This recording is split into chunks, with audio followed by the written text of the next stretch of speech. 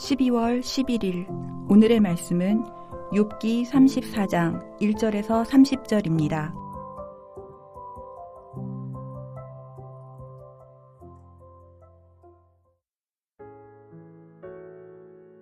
엘리후가 말하여 이르되 지혜 있는 자들아 내 말을 들으며 지식 있는 자들아 내게 귀를 기울이라. 입이 음식물의 맛을 분별함 같이 귀가 말을 분별하나니 우리가 정의를 가려내고 무엇이 선한가 우리끼리 알아보자.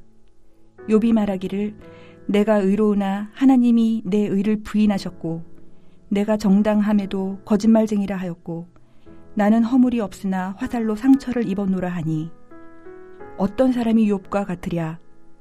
욥이 비방하기를 물 마시듯 하며 악한 일을 하는 자들과 한패가 되어 악인과 함께 다니면서 이르기를 사람이 하나님을 기뻐하나 무익하다 하는구나. 그러므로 너희 총명한 자들아 내 말을 들으라. 하나님은 악을 행하지 아니하시며 전능자는 결코 불의를 행하지 아니하시고 사람의 행위를 따라 갚으사 각각 그의 행위대로 받게 하시나니 진실로 하나님은 악을 행하지 아니하시며 전능자는 공의를 굽히지 아니하시느니라.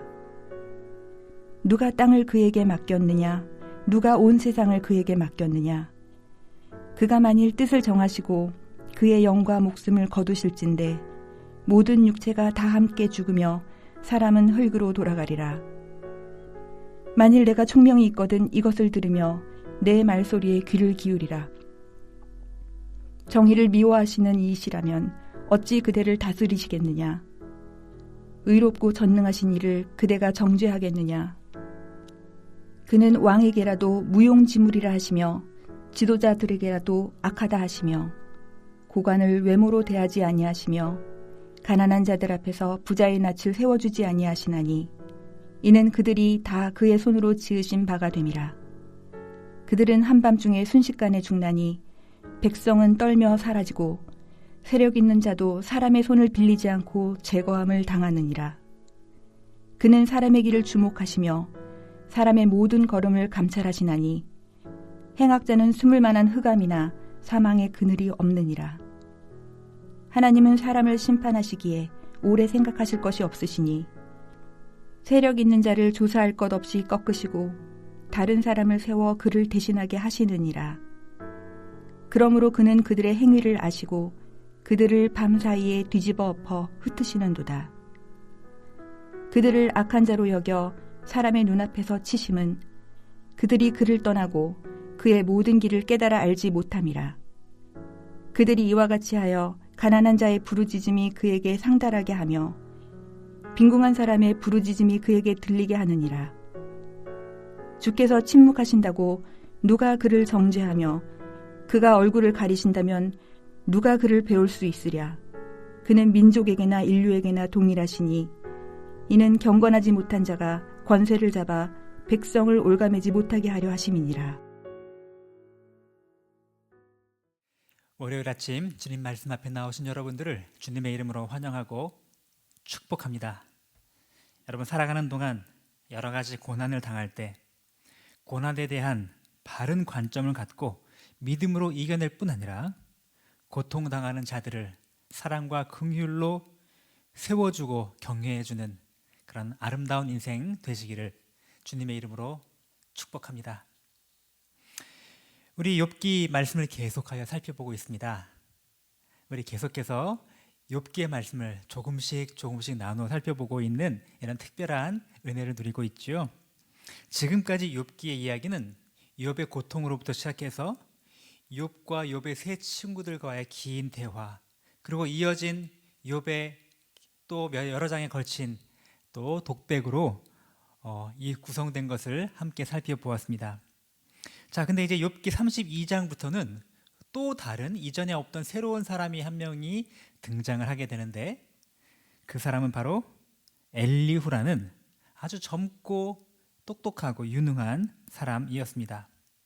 물론 이 엘리후가 갑자기 등장한 것은 아니고 이름이 뒤늦게 나오기 때문에 우리가 발견했을 뿐이지, 보니까 처음부터 이 모든 대화 과정 가운데 욥의 친구들과 같이 있었다는 사실을 우리는 알 수 있습니다.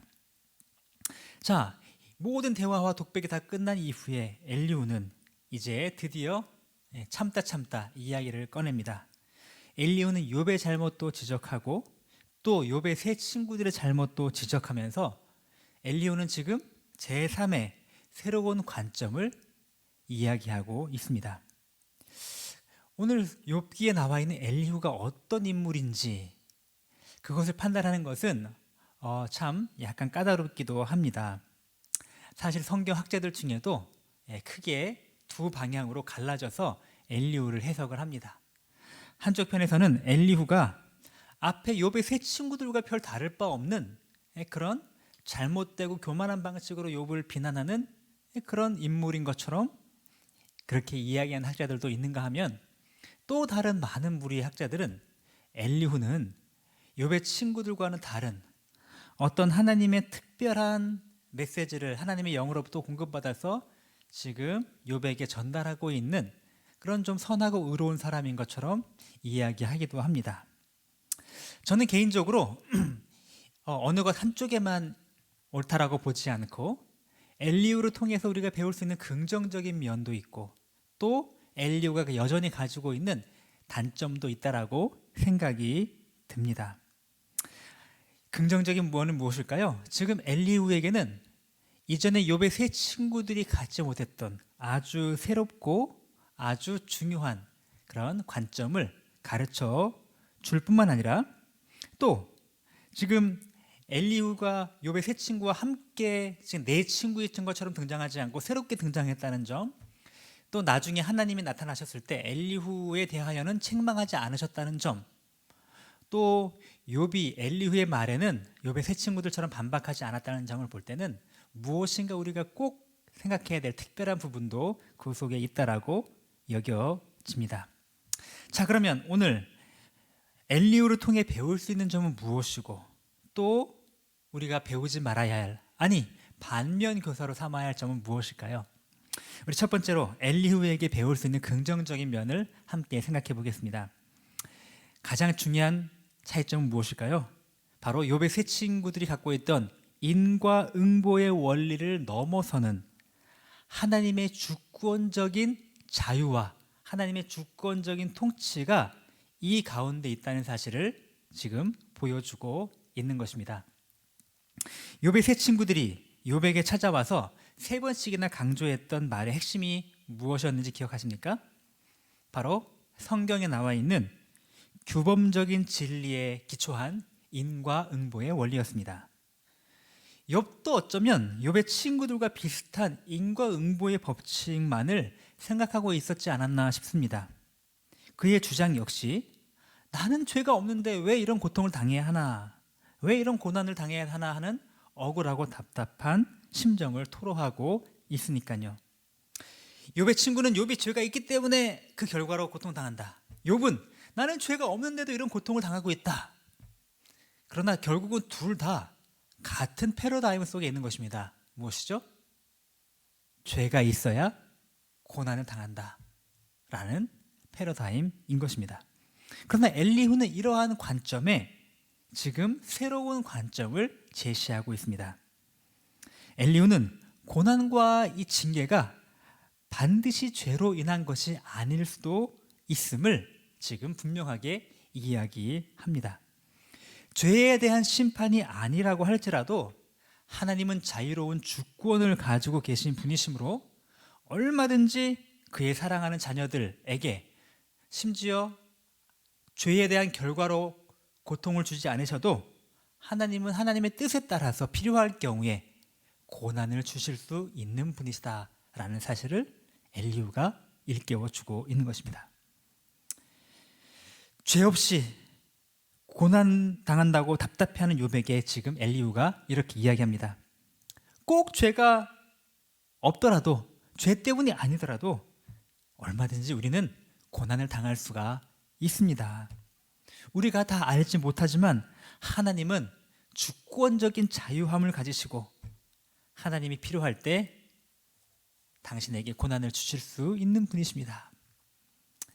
여러분, 이것이 굉장히 중요한 관점이라는 것을 우리가 기억해야 합니다. 우리도 때때로 살다 보면 죄로 인한 고난 때문에 얻는 고난이 아닌 이유 없는 고난을 당할 때가 있습니다. 성경에도 보면 선한 삶을 살았지만 고통을 당하는 경우가 많이 있지요. 심지어 예수님 자신도, 예수님의 사도들도 그런 고난을 당하지 않았습니까? 그럴 때 우리들도 그렇게 이유를 알 수 없을 때 낙심하지 말고 이 고난 속에는 하나님의 뭔가 다른 이유와 뜻과 목적과 계획이 있을 수가 있다라고 하는 그런 믿음을 가지고 하나님의 생각이 나보다 크심을 받아들이는 그런 관점을 놓치지 말아야 합니다. 두 번째로 또 우리가 엘리후를 통해 배울 점은 하나님은 침묵하고 계시지 않고 끊임없이 우리에게 말씀하신다는 것입니다.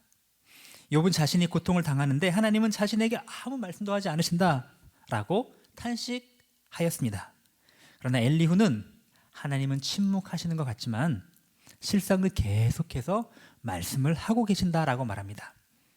우리 33장 14절에 보면 하나님은 한 번 말씀하시고 다시 말씀하시되 사람은 관심이 없도다, 이런 이야기를 들려주기도 하지요.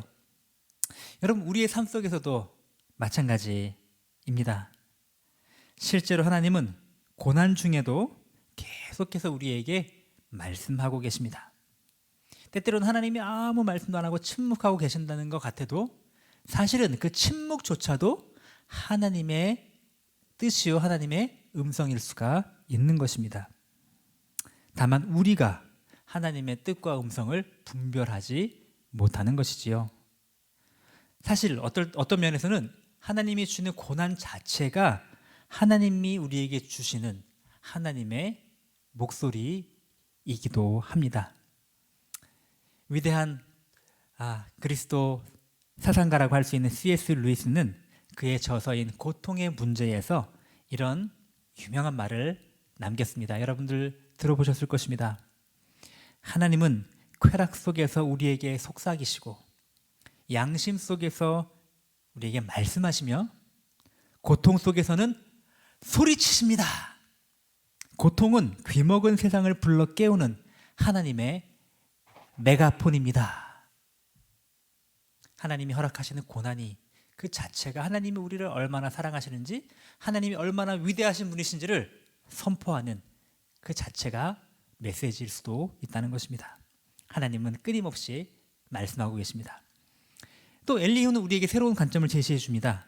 고통과 고난에는 비참하고 안 좋은 일만 있는 게 아니라 고난에는 유익과 축복도 함께 있을 수가 있다는 새로운 관점입니다.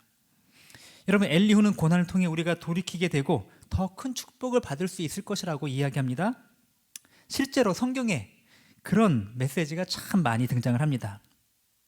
환난은 인내를, 인내는 연단을, 연단은 소망을 이루게 하신다고 성경이 가르쳐 주시지 않습니까? 성경의 수많은 인물들을 볼 때에도 그들은 딱히 죄가 없었지만 그들은 엄청난 고난을 당했고, 그런데 그 고난 때문에 그들이 괴롭긴 했지만 그 고난으로 단련되고 고난으로 빚어져서 하나님의 더 큰 놀라운 사역을 감당하는 그릇으로 준비가 된 그런 케이스가 얼마나 많이 등장을 합니까? 요셉도 모세도 바울도 다 그러한 예들 아니겠습니까? 그래서 실로 고난은 변장된 축복이라고 이야기할 수 있습니다. 고난을 통해, 그렇지 않으면 우리가 훈련받을 수 없는 신앙의 인격이 연단되어 그리스도를 닮아가도록 우리를 새롭게 만드시기 때문입니다. 하나님은 선하시고 의로우신 분이시기 때문에 우리를 괴롭히기 위한 목적으로 우리를 고난을 주시는, 우리를 고문하시는 그런 분이 아니십니다. 더 크고 놀라운 계획을 가지고 계시다. 바로 엘리후가 유백이 제시한 새로운 고난의 관점입니다. 그러나 그럼에도 불구하고 엘리후는 여전히 완벽한 좋은 친구만 되지는 못했습니다. 엘리후로부터 우리가 생각해 볼 반면 교사의 요소가 있습니다.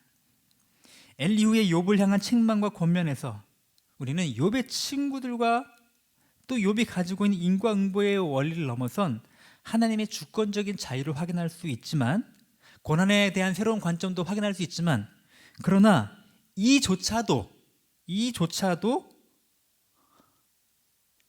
적당한 때에 적합한 사람에게 전달되지 못할 때는 듣는 사람에게 심각한 상처를 주는 폭력일 수 있다는 것입니다.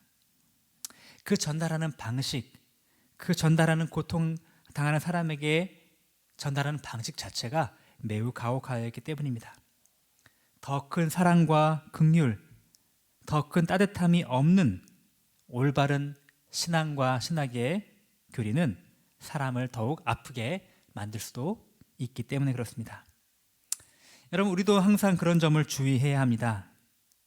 가령 고난당하는 사람들 대하여서 무턱대고 고난은 하나님의 변장된 축복입니다. 고난 이후에 하나님이 얼마나 크게 쓰시려고 이렇게 고난 주시는지 아십니까?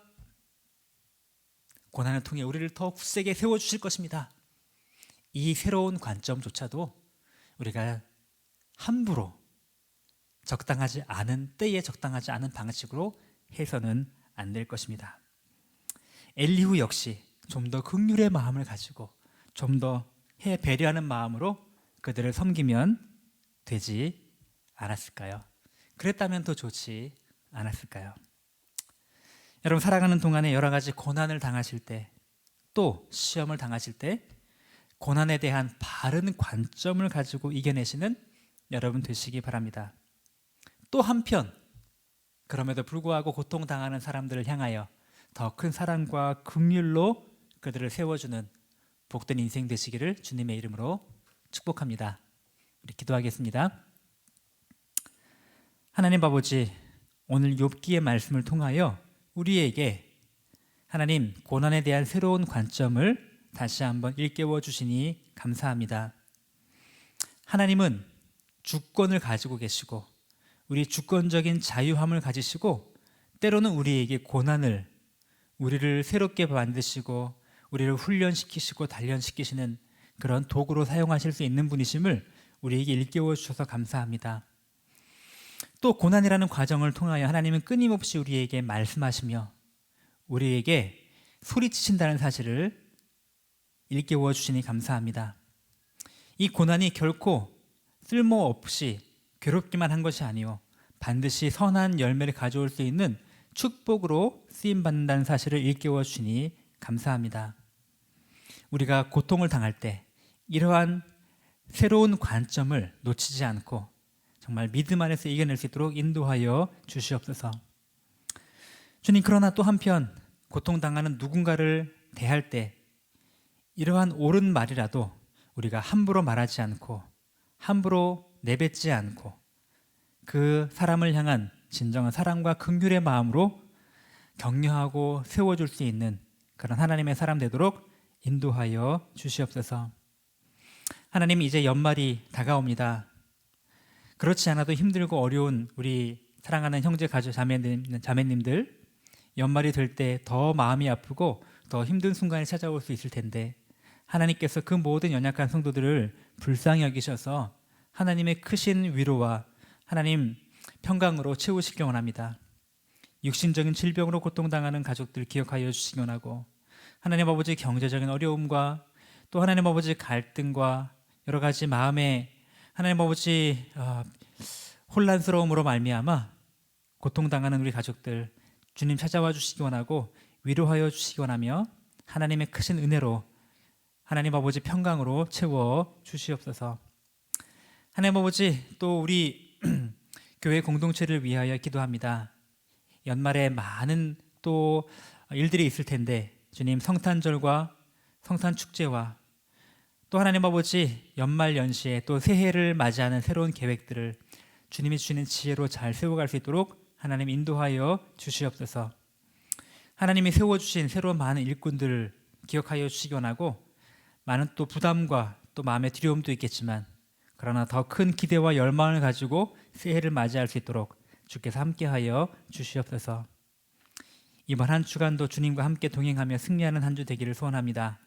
감사드리며 예수님의 이름으로 기도합니다. 아멘. 하늘에 계신 우리 아버지여, 이름이 거룩히 여김을 받으시오며 나라가 임하시오며 뜻이 하늘에서 이루어진 것 같이 땅에서도 이루어지이다. 오늘 우리에게 일용할 양식을 주시옵고 우리가 우리에게 죄 지은 자를 사하여 준 것 같이 우리 죄를 사하여 주시옵고 우리를 시험에 들게 하지 마시옵고 다만 악에서 구하시옵소서.